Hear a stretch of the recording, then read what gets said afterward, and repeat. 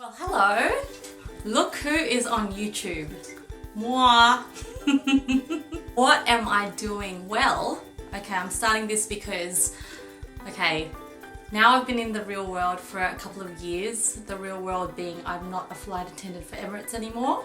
A lot of people ask me these questions about what it's like to be a flight attendant, how to get a job as a flight attendant, do you like working for Emirates? What's life like as a flight attendant? Is this story true? Is that story true?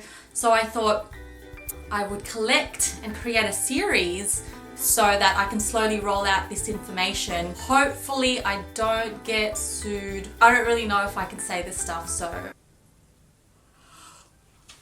well, I guess we'll find out. A little bit of background about me. I was a flight attendant living in the UAE in Dubai for 7 years. I spent the best of my 20s there. It wasn't the easiest stint of my life, but it was one of the best things. So today let's talk about, first of all, how I got there. I'm from Adelaide. I was about 21, 22 when I decided to go on a sabbatical. I went to the Philippines, so I'm Filipino by background. So I went to Manila and I lived there for about 6 months until I realized that my lifestyle wasn't sustainable. I wanted to travel, but I had a mortgage. All I knew was that I wanted to travel and I didn't know how I was going to go about it. So I thought, I'm going to become a flight attendant. So I applied for Philippine Airlines and I got rejected.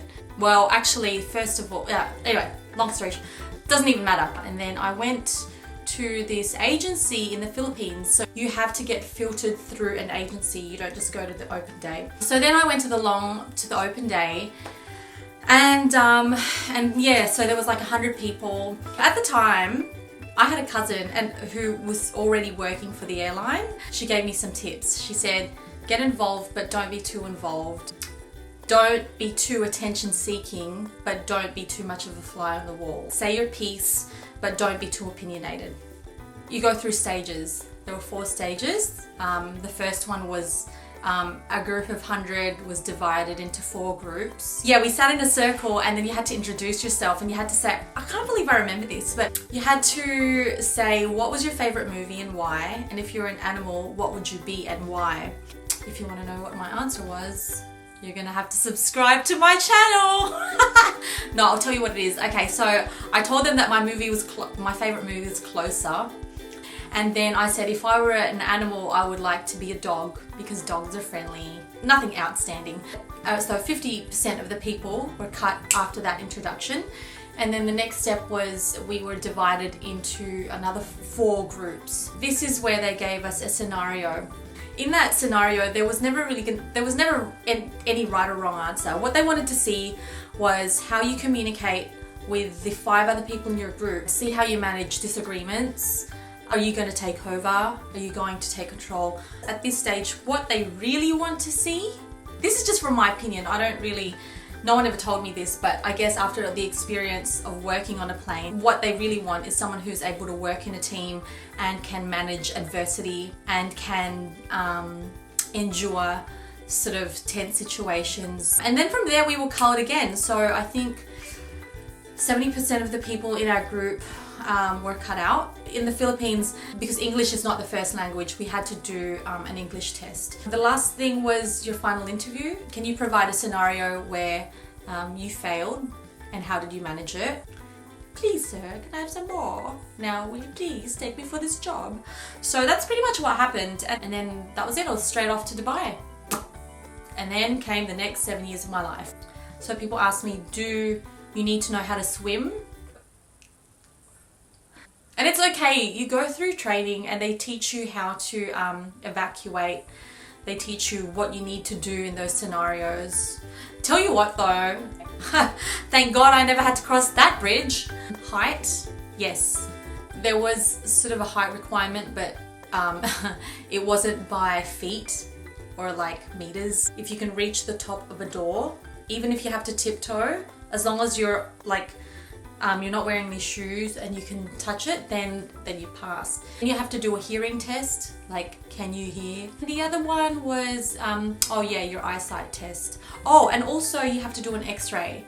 So with the x-ray, I found out that I have scoliosis there was a maximum amount of degrees that your spine could be bent that still made you eligible, and then once you reach the maximum, I think it was like 30 degrees, when you reach that 30-degree maximum or above, then you become ineligible. So conclusion, how do you get a job as a flight attendant? So the first thing is apply. Before you go and decide how you're going to manage it, whether your relationship can handle it, whether you really want to go and live overseas, you don't really know if you've got it yet. So first of all, work on your resume. You've got to submit pictures, so get that done. Just do it. Do it, get it out of the way, boom. Next, when you get to the interview, just be yourself. It's a cliche because it's true. No matter what you do in life, like, people can see if you're not being you. People can definitely feel if you are being you. Dress the part. This is very important. Being in that industry, a lot of it is about image. Show that you can make an effort. Take it seriously, but don't take it too seriously.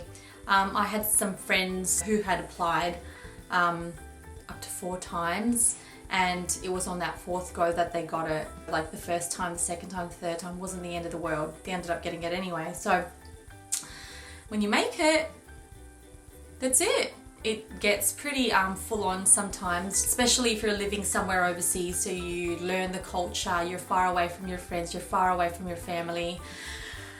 But I guess you just have to be patient. Be open to meeting new friends. I met some amazing people, and I met some really, you know what I'm trying to say. Don't feel like you need to be bound to staying there. It's a 3-year non-binding contract. So you can go there and you want to stay a year, then you stay a year, and then adios, go home.